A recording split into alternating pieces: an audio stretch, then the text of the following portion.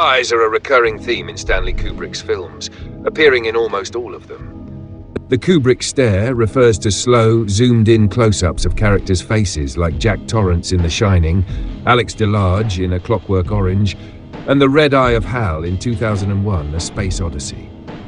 In A Clockwork Orange, Alex wears eyeball-shaped cufflinks and has his eyes pinned open during the treatment. In Eyes Wide Shut, Bill examines Mandy's eyes, eye exam posters are visible in his office, and the word eyes appears on a taxicab. In A Strange Shot, the projected image of an eye briefly flashes onto Bill's back as he enters his apartment after returning from the mansion. It might just be light reflecting off the camera lens, but it's hard to miss. It happens very briefly, between 1 hour, 30 minutes and 17 seconds, to 1 hour, 30 minutes and 19 seconds into the film. But if you pause at the right moment, the image clearly resembles a large eye. The eye is another symbol of Freemasonry and appears on American money. It represents the inner mind's eye and the all-seeing eye. The idea of constant surveillance by the ruling elite, like when Bill looks up into the eye of the security camera at the mansion's gate, is similar to George Orwell's 1984. In the novel, the totalitarian state known as Big Brother uses the thought police to monitor everyone. The poster with the enormous face gazed from the wall. It was one of those pictures which are so contrived that the eyes follow you about when you move. Big Brother is watching you. The caption ran beneath it.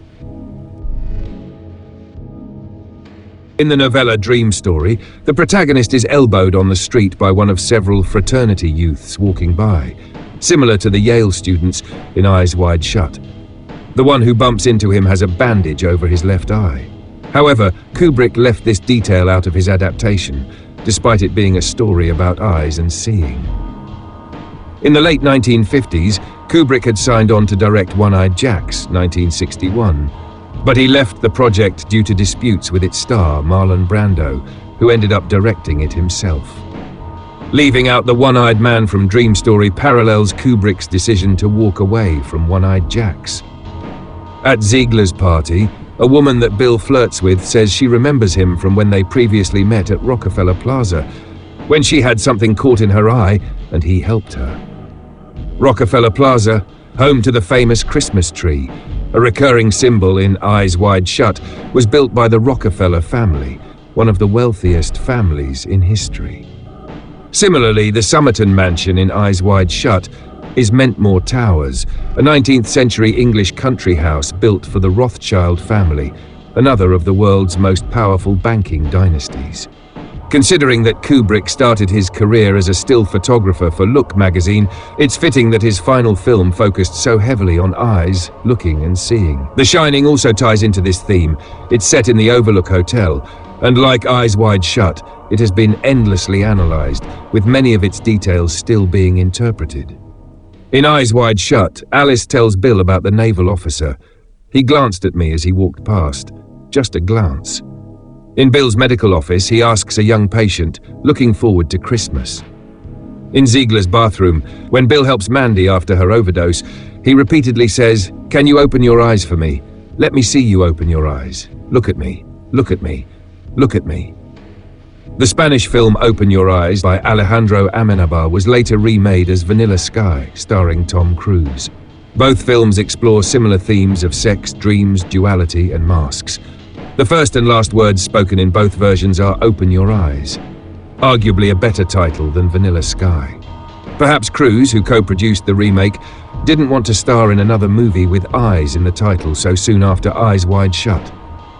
Interestingly, Vanilla Sky was released in 2001, the same year as Amenabar's follow-up The Others, a ghost story starring Nicole Kidman. Also in 2001, Todd Field, Eyes Wide Shut's Nick Nightingale, released In the Bedroom, about love affairs gone terribly wrong. Field reportedly consulted Kubrick about the film while working on Eyes Wide Shut. It stars William Mapother, the first cousin of Tom Cruise, born Thomas Cruise Mapother. That same year, Steven Spielberg released AI Artificial Intelligence, a project Kubrick had been developing for years before his death.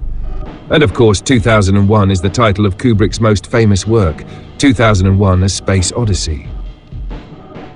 The eight-pointed star, known as the Star of Venus, appears repeatedly in Eyes Wide Shut. Venus is the Roman goddess of love, beauty, sex, desire, and fertility.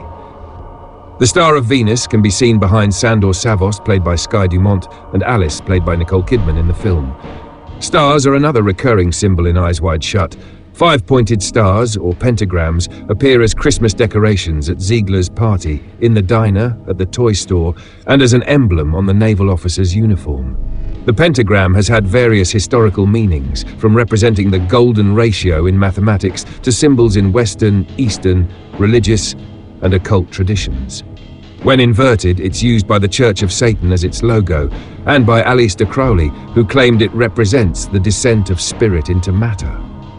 The book Gods, Demons and Symbols of Ancient Mesopotamia describes the eight-pointed star, which also appears in the background at Ziegler's party, as an ancient symbol called the Star of Venus, or the Star of Ishtar. It originates from Assyrian, Babylonian and Phoenician goddess-worshipping cultures, and represents Venus. In Roman mythology, Venus is the goddess of love, beauty, desire, sex and fertility. A painting on the wall behind Bill as he sits in Sharkey's coffee shop is Astarte Syriaca, 1877, by Dante Rossetti. Astarte is a goddess of love and beauty and represents femininity, essentially the ancient Semitic and Syrian equivalent of Venus. The astronomical symbol for Venus is the same one used in biology to represent the female sex, a circle with a small cross below it. It's also the alchemical symbol for copper. In ancient times, polished copper was used to make mirrors, so the Venus symbol has also been interpreted as representing the mirror of the goddess. Interestingly, copper is still used in modern intrauterine birth control devices, since copper ions can kill sperm or make them immobile. With all the mirrors surrounding him, no wonder Bill is struggling to perform. Mirrors are everywhere in Eyes Wide Shut.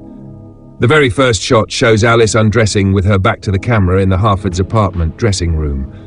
The light is on and a full-size mirror is visible beside her, but her reflection does not appear. The second shot shows Bill in the same room, fully clothed, with his back to the camera as he looks out the window through Venetian blinds. The light is off, leaving Bill in the dark, but this time his reflection is visible in the mirror beside him. In the third shot, Bill moves from the bedroom to the bathroom and looks at himself in the mirror. Mirrors also appear at Ziegler's house, Domino's apartment, and the Harfords' home, with characters frequently gazing at their own reflections. Especially Alice. Alice is often told how beautiful, stunning, and amazing she looks, reinforcing that her identity is tied to how others perceive her appearance. In the scene where Alice and Bill start to make love, Bill's attention is focused entirely on her, but Alice is looking at herself in the mirror. It's a moment of self-awareness, as if she's catching a glimpse of her true self. The mirror theme also evokes Lewis Carroll's Through the Looking Glass, where Alice steps through a mirror into a fantasy world with inverted logic. Like the masks that also appear throughout Eyes Wide Shut, the mirrors symbolize the characters' exploration of identity, how they present themselves versus who they really are. Interestingly, the film's structure also acts like a mirror. The mansion scene, which is the emotional climax of the film, is positioned exactly in the middle. It starts at 70 minutes in, lasts for 20 minutes, and ends with 70 minutes left in the 160-minute film. When Bill's cab pulls up to the mansion, the Somerton sign is on the right side of the driveway, but moments later, it appears on the left. When Bill returns the next day, he approaches from the opposite direction than the cab had come from the night before. Before the mansion scene, Bill moves through a series of encounters at Ziegler's party, his office, his patient's house, Domino's apartment, the jazz club, and the costume store. After the mansion scene, he retraces his steps, revisiting each of these locations. This mirrored narrative structure reinforces the film's themes of duality and alternate realities. It reflects Kubrick's tendency for unconventional storytelling. While most films place the climax in the final third, Kubrick positioned it right in the middle, defying traditional structure and creating a unique and layered cinematic experience.